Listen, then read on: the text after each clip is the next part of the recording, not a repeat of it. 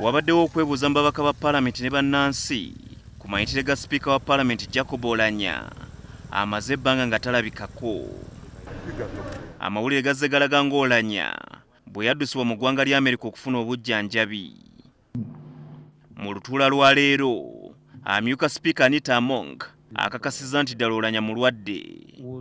Among abuulidde ababaka ng'Oulanyah bw'abadde afuna obujjanjabi okumala wiikisi 2 e Mulago. Wabula abasawo be nga nnyo omwezi guno baasalawo atwalibwe emitala w'amayanja okwongera okufuna obujjanjabi. Right Honorable Speaker of Parliament Jacob Oulanyah has been unwell for the last 2 weeks. During the period he was receiving medical attention from Mulago Referral Hospital, the medical experts in consultation with other doctors, with his personal doctors, decided to refer him out of Mulago to a specialized medical hospital for better attention.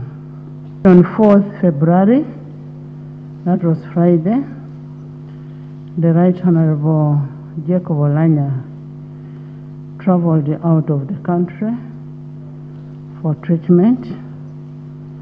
We pray he recovers faster and comes back to resume his job. Anita Among agumizza eggwanga ng'ebiwungesebwa ku mikutu egya social media ng'Oulanyah bw'ali mu mbeera embi nti si bituufu.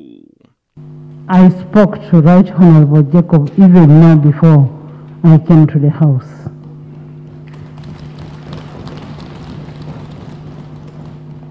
He's in a good mood, and I told him I'm going to tell you members. He only told me, tell them I love them. So the social media of saying, rest in peace, Oulanyaha, do what, that is just logambo. That's the act of the devil. Oulanyaha yasemba okulabikako mu lujjudde nga 17 omwezi gwa Desemba bwe yagenda okukyalira Ssaabalabirizi Stephen Kazimba Mugalu e Namirembe nga tusemberera ebiseera bya Ssekukkulu. Ku ntandikwa ya Palamenti ye-11 Oulanyaha yamala kumpi ebbanga lya myezi 2 nga talabikako wakati w'omwezi gw'omukaaga n'ogw'omusanvu nga kigambibwa nti yali mitala w'amayanja ng'afuna obujjanjabi. Ono yakomawo nga 29 omwezi gw'omusanvu. There is no vacuum. Do we have a vacuum? There is no vacuum. Let Jacob first rest. We need him to recover. He is still the Speaker of Parliament of Uganda for 10 years. He is a Speaker for 10 years. Omusajja waffe waali alikavaringa ng'abantu ffenna bwe tulwala. Tulina abantu bangi muli eyo temukora kubanga muri balwadde, muri waka, muri kavaringa. Naye mwabamu muri ku Facebook ne ku WhatsApp nga musindika nti Oulanyaha afudde ate nga namwe temuripotinze ku mirimo gyammwe ku lw'obulwadde. Asuke mangu akomewo ajja akola emirimu gye kubanga emirimu gy'abadde akolera eggwanga n'obulamu bwe ng'omuntu ffenna tukyabwetaaga. So katusabe Mukama amujjanjabe amukomye obulungi akole emirimu gye. Tusaba abasawo tusaba ne Katonda bamukwateko asuuke obulwadde buno. Ng'afe abanne tumusuubiramu bingi.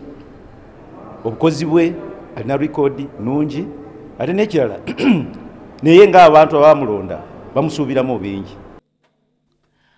Ziwa NTV Akawungeezi.